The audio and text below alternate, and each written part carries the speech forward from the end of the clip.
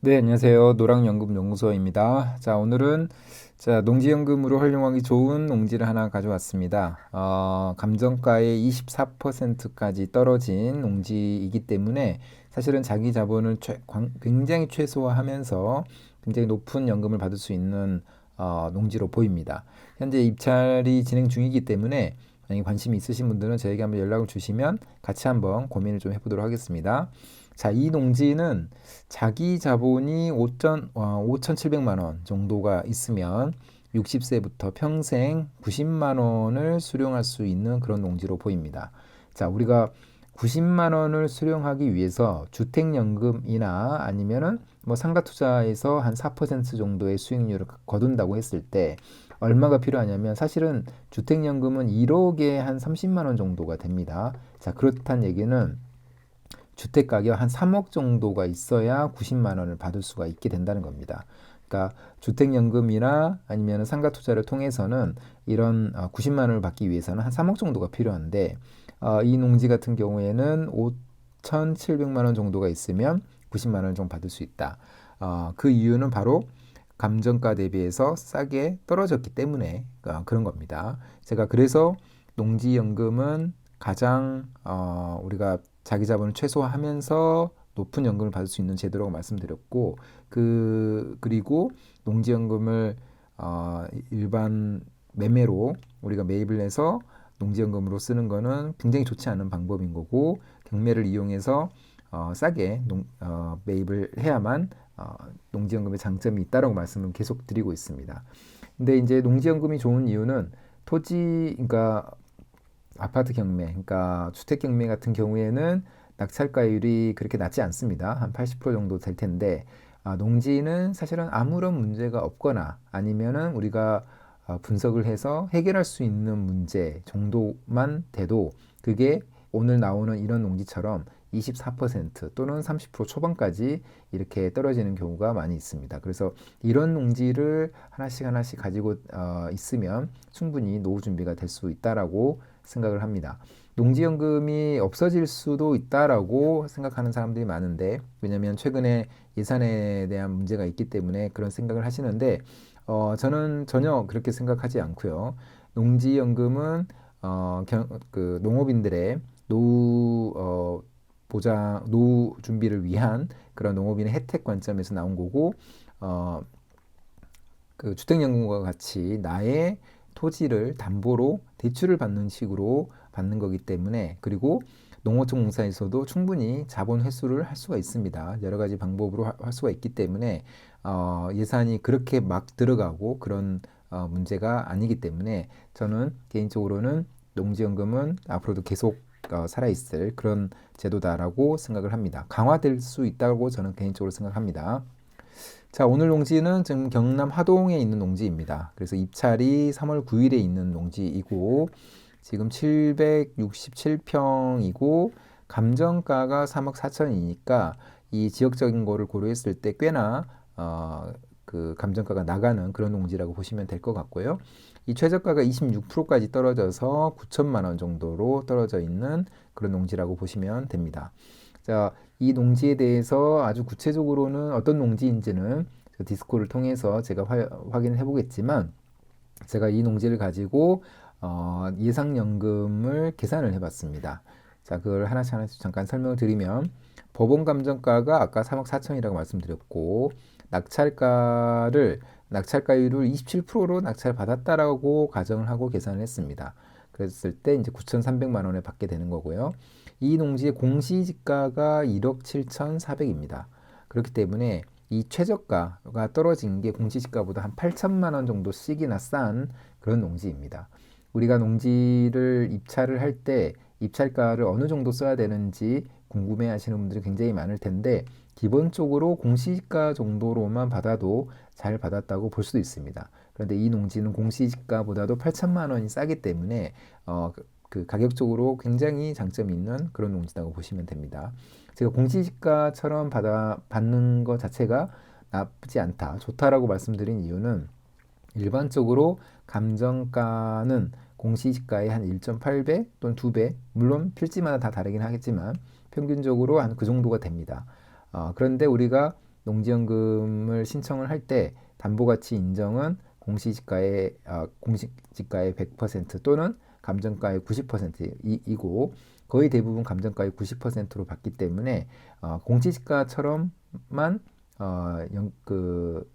낙찰을 받아도 가격적으로는 장점이 있다라고 말씀드리는 거고요.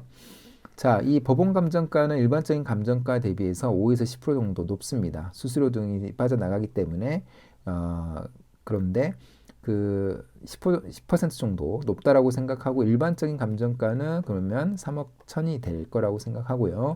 5년 동안 이 농지를 보유한다라고 가정을 하고 5년 동안 연간 4% 정도씩은 감정가가 오른다고 가정을 했습니다. 이게 이제 3억 7천7백이 되는 거고요. 그렇게 되면 그러면 이제 이 농지연금에서 담보가치를 책정을 할 때 감정가의 90%로 책정이 되기 때문에 이 농지의 5년 후에 농지연금 담보가치는 3억 한 4천 정도가 될 걸로 예상이 됩니다. 이 3억 4천 정도를 60세부터 평생 동안 나눠서 받는다라고 생각하시면 되는 겁니다.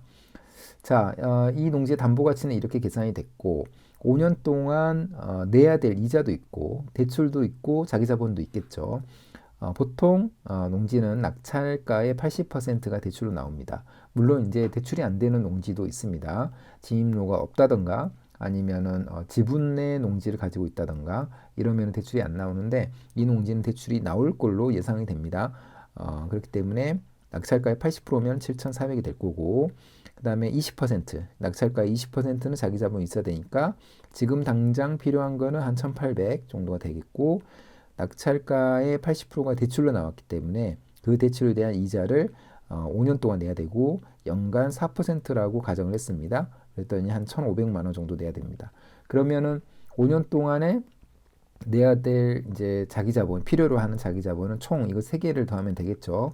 그러면은 한 1억 정도가 될 걸로 예상이 되는데 여기 5년 동안의 총 자본을 5,700만 원이라고 한 이유는 뭐냐면 농지연금 신청할 때 농지에 대해서 대출이 있을 수 있죠. 그러면 그 대출의 15%까지는 있어도 됩니다. 그러면은 연금을 받을 때는 이 15% 빼고 85%의 감정가의 85%에 해당하는 그 금액을 나눠서 연금을 받게 되는 겁니다.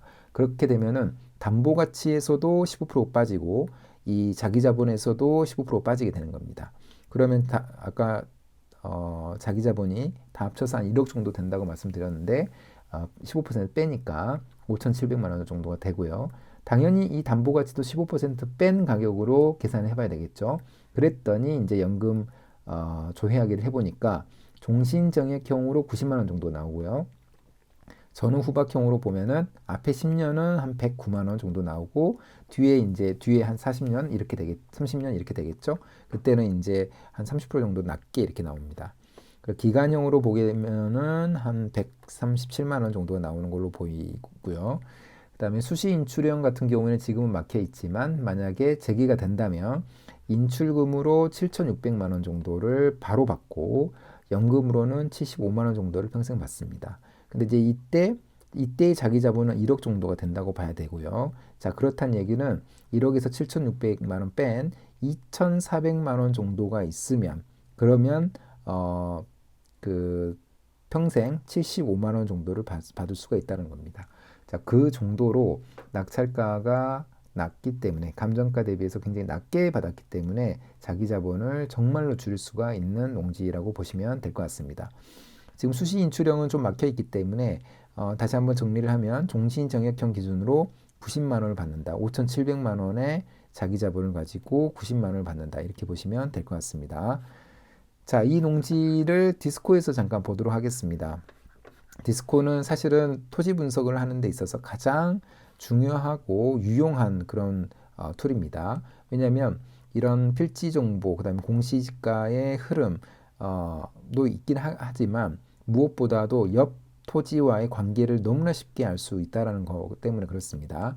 자, 이렇게 파란색으로 반듯반듯하게 보인 그런 농지인데 지금 조금 넓게 보면은 바로 위쪽에 이 색깔이 있는 거 중학교도 보이고 노란색으로 표시된 그러니까 지적도상으로 노란색으로 표시된 거는 주거 지역을 나타냅니다. 그렇기 때문에 주거 지역과 그런 게 그렇게 멀리 있지 않는 그런 지역에 위치한다라고 보시면 될 것 같고 무엇보다도 제일 먼저 찾아야 될 거는 진입로입니다. 그래서 이렇게 노란색으로 표시된 게 상대적으로 큰 도로라고 보시면 될 것 같고 이렇게 하얀색으로 표시된 게 기본적으로 농로라고 보시면 됩니다. 자, 이 토지 같은 경우에는 옆에 이런 지금 18-4, 18-5 이렇게 세 개가 나왔는데 가장 큰 거는 이제 18-1이기 때문에 여기서 이제 주로 경작이 될 걸로 예상이 되고요. 어떻게 보면은 진입로가 없는 걸로 보이죠.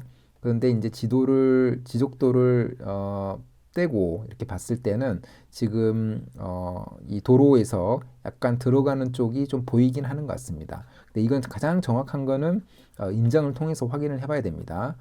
만약에 토지 보기를 눌러보면은 이 앞에 있는 이런 농지인데 지금 보면은 이쪽으로 해서 이 부분으로 해서 일단은 자동차 또는 농기계는 진입할 수는 있을 것 같고요.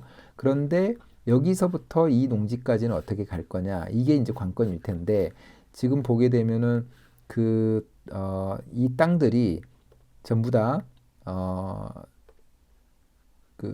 국유지입니다. 그래서 국유지하고 인접해 있기 때문에 뭐 지목이 전인 것도 있고 제방이 지금 도로인 것도 있는데 어쨌든 이 도로나 전이나 국유지를 통해서 이 메인 농지인 이 18-1까지 들어가면 되는데 만약에 이게 진입로가 없다 그러면은 국유지 이 도로를 통해서 도로에서 좀 길을 좀 내는 식으로 해서 현황상 길을 내는 거죠. 그렇게 해서 진입로를 만들면 될 것 같습니다.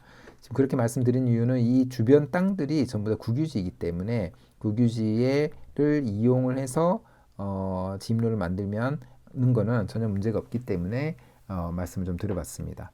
그래서 이 농지는 이렇게 많이 떨어진 거는 이런 진입로 부분 때문에 많이 떨어져 있을 거라고 저는 생각을 하고요. 그러나 이 문제를 우리가 해결할 수 있느냐 없느냐 차이인데 제가 봤을 때는 물론 이제 임장을 통해서 확인을 해봐야 되겠지만 충분히 문제 해결을 할 수 있다라고 저는 생각을 합니다. 그래서 한번 임장을 가보시고 관심 있으신 분들은 임장을 가보시고 한번 농기계 진출입이 가능한지 이 부분만 판단하면은 될 것으로 예상이 됩니다. 자, 오늘 좋은 농지를 하나 소개시켜 드렸고 관심 있으신 분들은 제게 한번 연락을 주시면 좋을 것 같고요. 자, 오늘 영상은 이것으로 마무리하겠습니다. 감사합니다.